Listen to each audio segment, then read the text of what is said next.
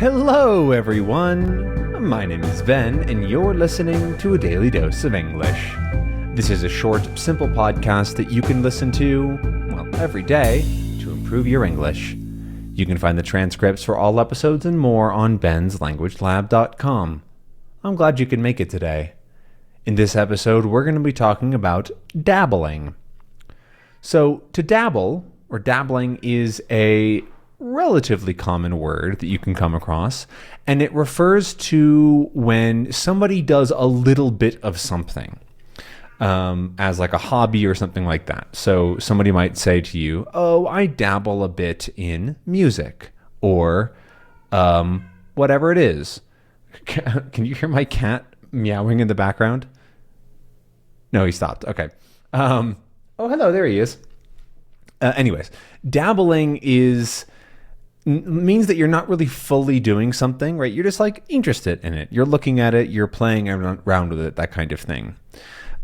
So if somebody says to someone else, oh, you like, what's a hobby?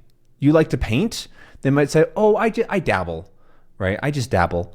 That means that they don't really paint, but they do sometimes occasionally enjoy it and they think it's interesting.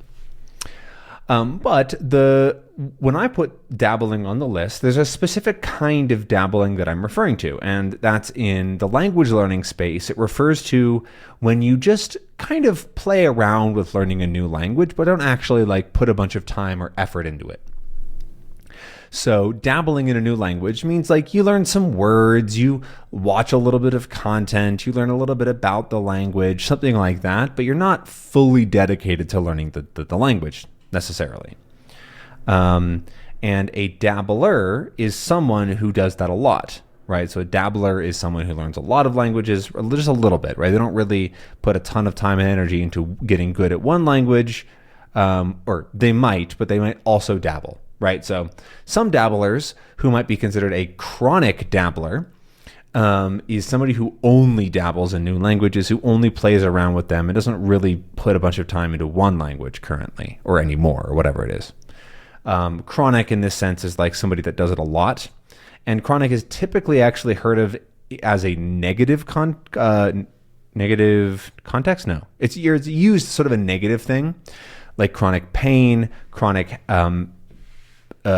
illnesses, or chronic dabbling is sort of seen as like they either have a problem in the case of like chronic pain where that like won't go away, or it's like something that is a negative thing that they do all the time.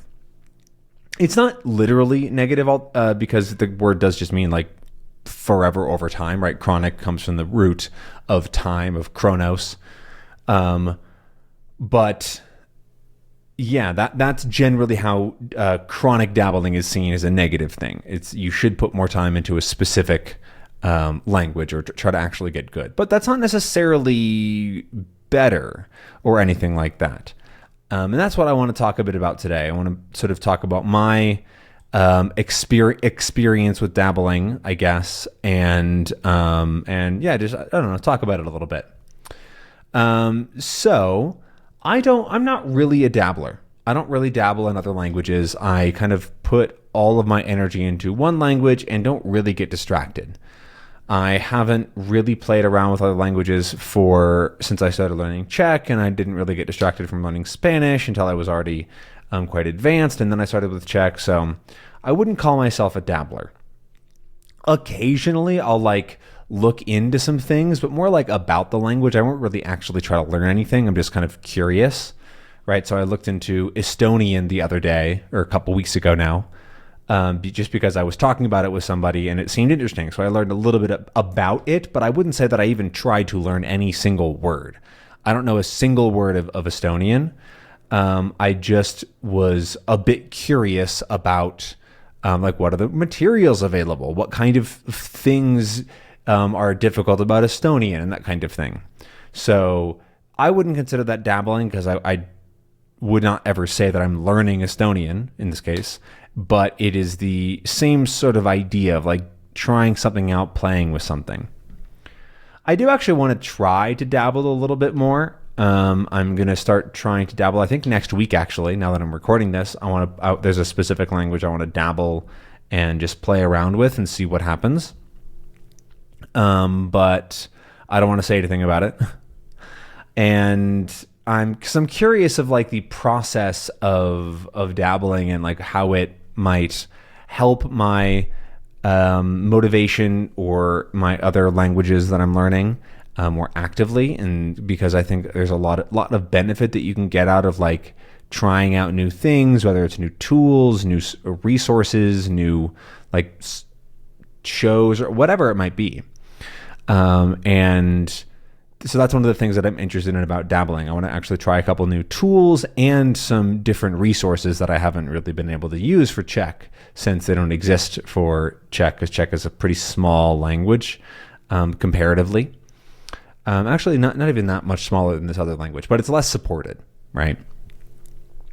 And many people do enjoy dabbling, right? Lamont on Days of French and Swedish, or Days of Languages now, made a video like 2 years ago about how his dabbling actually helped him to focus on a target language, because he is interested in learning languages. He likes to learn languages.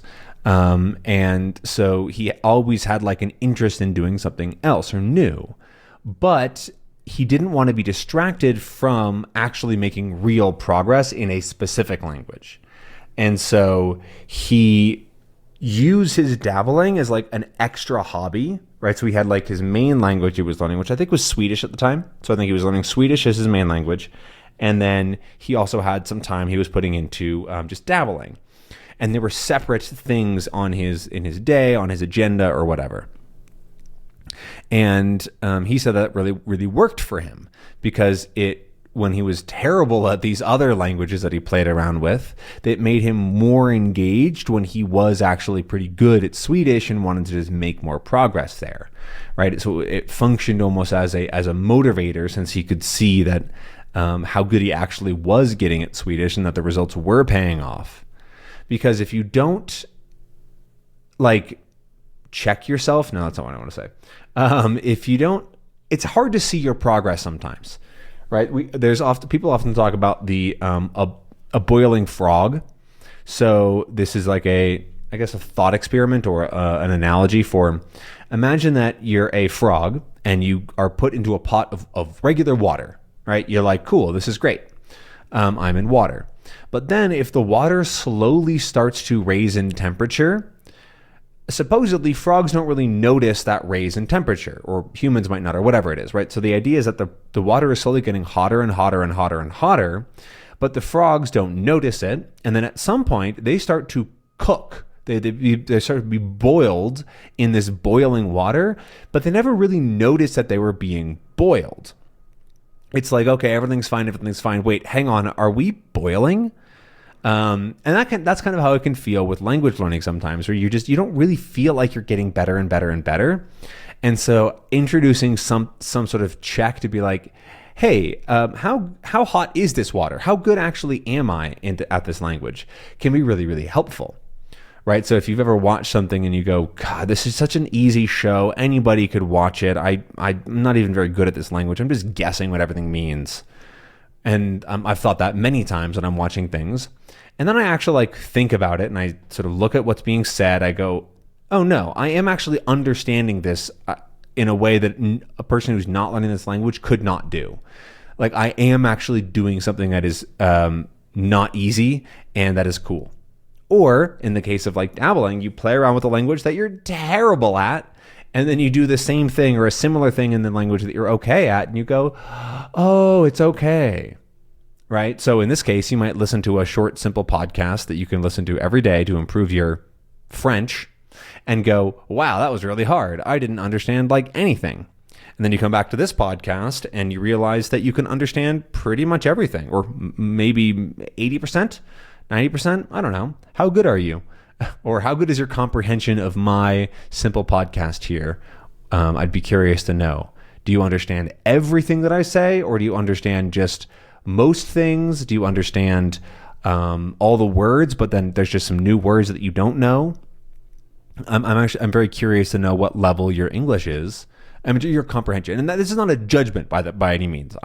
If you're only understand one sentence every single episode, that's totally fine. You're just still learning.